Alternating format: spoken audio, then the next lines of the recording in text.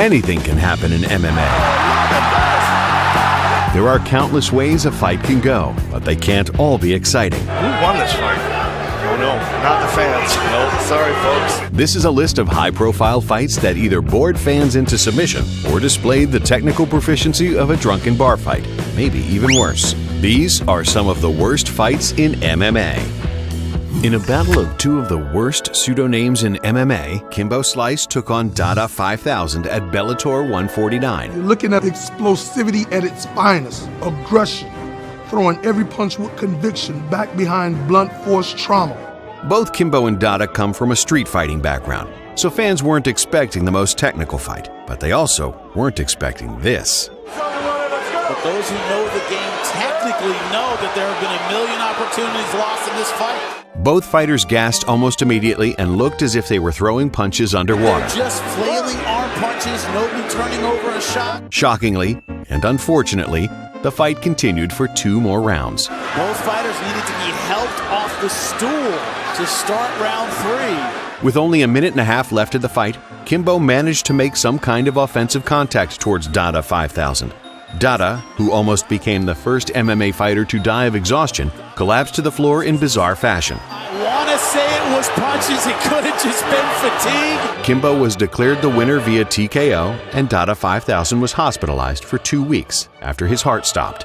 He also suffered severe dehydration and kidney failure due to cutting 40 pounds to make the 265-pound weight limit. Dada was recently released from the hospital and has no plans to fight again. You're looking at explosivity at its finest, aggression, throwing every punch with conviction back behind blunt force trauma. Aliyev Mahmoud versus Kiyoshi Tamura wasn't only one of the worst fights ever, but also one of the strangest. Mahmoud, who comes from a wrestling background, kept hopping around as if he was having some type of seizure. What's with the jumping, boss? What is he trying to accomplish there? I don't know. Mahmoud eventually propelled his own groin into his opponent's knee. Oh man, he got him right in the pills. After taking a 5-minute break, Mahmoud called off the fight, although no one seemed to notice or even care. He's gonna quit. He's gonna quit. It's over. He's getting a 3-minute respite, so they're not calling the fight off just yet. Boss, do you know what a respite is, buddy? It's a 3-minute break, I guess, because you said it 2 times now. Thank you. The fight was restarted, and Mahmoud continued to launch his body around the ring and even landed a decent punch at one point. Oh, nice left hand by Mahmoud! But Mahmoud quickly gassed and waved off the fight for the second time. Once you say to the referee, he wants to tell the referee that he can't. It's over. But yet again, no one seemed to notice, and the fight continued for a short time. Interesting. Yeah. No, I don't. Yes, I won't. Until he was eventually stopped out of sheer awkwardness alone. It's keeping exposure now. It could be.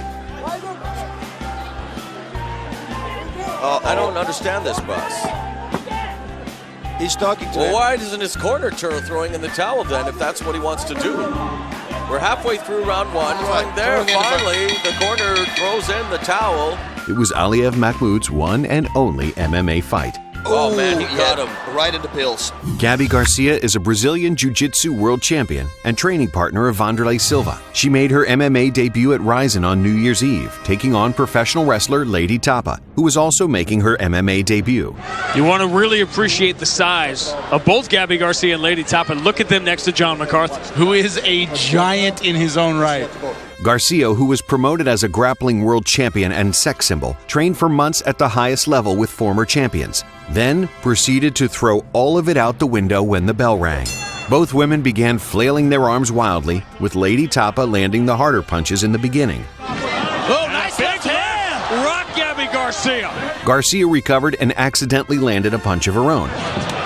Oh! Garcia proceeded to use her black belt level jiu-jitsu training to violently club Lady Tapa over the head until the referee stopped the fight. This needs to be stopped, and it is.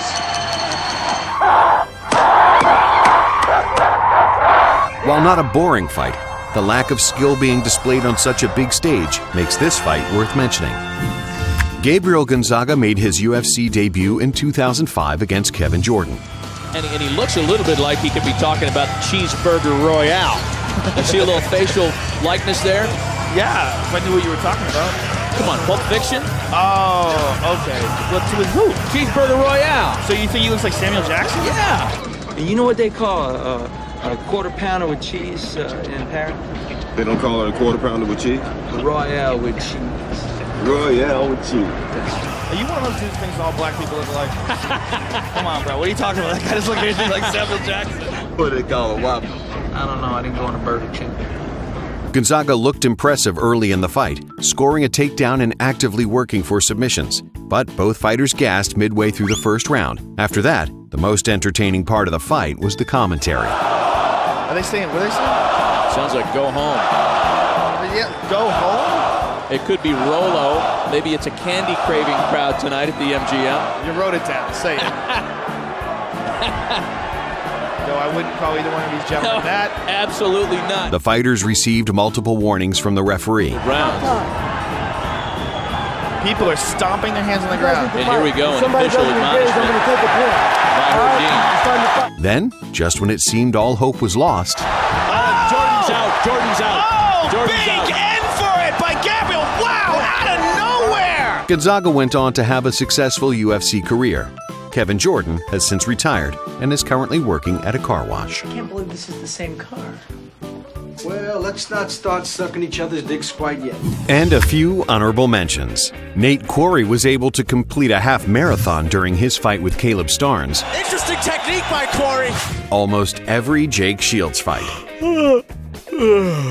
Bellator is currently looking to sign these guys.